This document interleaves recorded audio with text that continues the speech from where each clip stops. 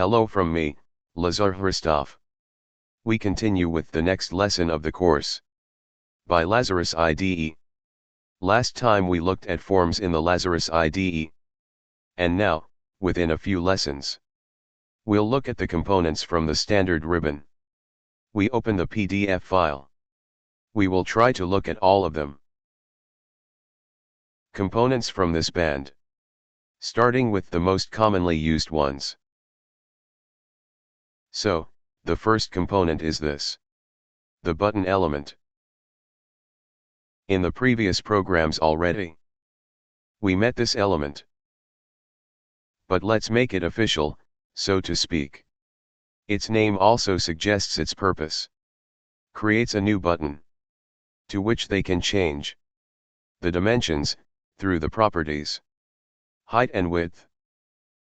There is an inscription on the button that can to be changed via the caption property. We will use very often buttons in almost all programs, which we will write here. We continue with the next item. Text field. It represents, as we said, text field where we can type text, numbers, and other symbols. We open the Lazarus IDE with a new empty project. We put a component in it, TEdit and a button, and we align them with each other. Here's what they look like. So, here I am with the Lazarus IDE open. And we will make it so that at pressing the button, the text, which we will enter in the text field, to move to the title of the form. To do this, we first clear the text field. We click on it and from its properties, select text. And there we have to delete the text. I've already done it. Then we click on the button. We find its title, caption, and we write execute. So, then you should to write code for the procedure. For after pressing the button, double click on it, and we are presented with the following procedure, where we write this code. Form1.caption equals edit1.text. Edit1.text equals. In the first line, we set the title of the form to be equal to the text in the text box. 5900:03:003:003.000-000-007,640, and in the second line, we delete the text in the text field. Then we save this project. Then we compile and run it. We wait a little. And this is what happens. Now we write some random text here.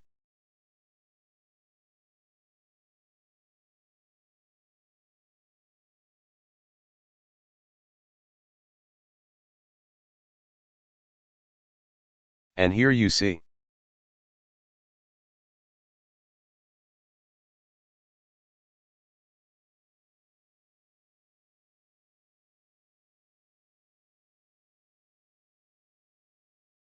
That our program is working correctly.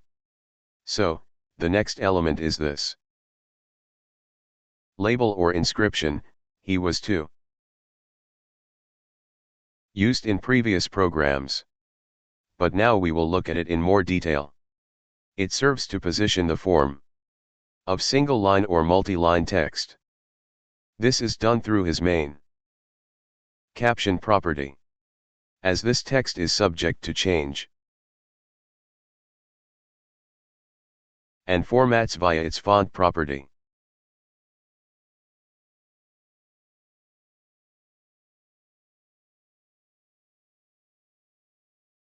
So, we will immediately explain it with an example. For this we open the Lazarus IDE with a new empty project. And we put 3 labels on the shape TLabel like this, with 3 text fields TEdit, and 2 buttons in the following order.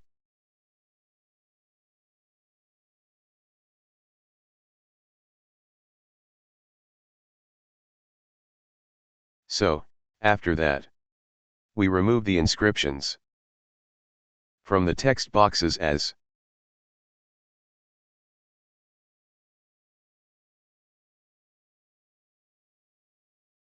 name label 1 with the plus sign,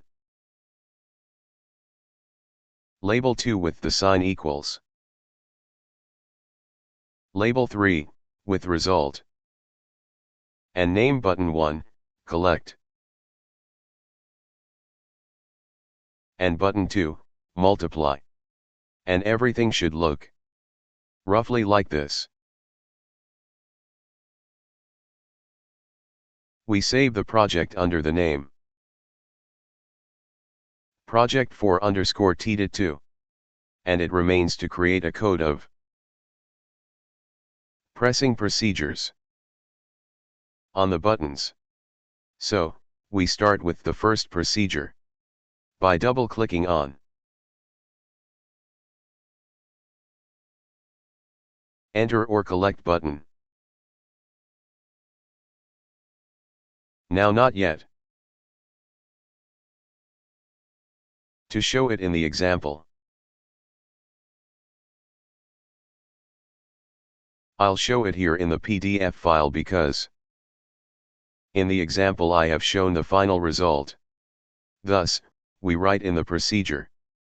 I hope it shows. Edit3.text equals edit1.text plus edit2.text. Everything seemed fine, at first glance. So we try with 2 and 3 but we see that the result not what we expect. Because it is 23. That is, we get 2 to 3, why is that? Because text fields work with data of type string, i.e. text, and the plus sign. I just glue the two strings next to each other. And that's why this happens. To perform the mathematical operation we want, it's a bit more complicated. We need to convert the two values of the text boxes in numbers. To add these numbers, and the resulting result should be converted back from type string and be placed in the text field. To convert the number to text and vice versa. In the Pascal programming language and Object Pascal respectively, the following built-in functions are used. For integers, int to str and str to int. For real numbers, float to str and str to float. Their syntax is very simple. In this case we will use whole numbers. And our code, and then the result will be the following. I hope you see. I can still increase, and more. A bit so you can see the code well. Here we first write label 1.caption equals plus. Then we introduce two variables. Integers of the order, a, b, integer. And in the line above the service word var is written, which is short for variable. Then we assigned a and c, to accept the values of the text fields but converted to numbers. And finally we assign the result of the addition of the edit3 text field by converting the number back to string. And so now we get 2 plus 3 equal to 5.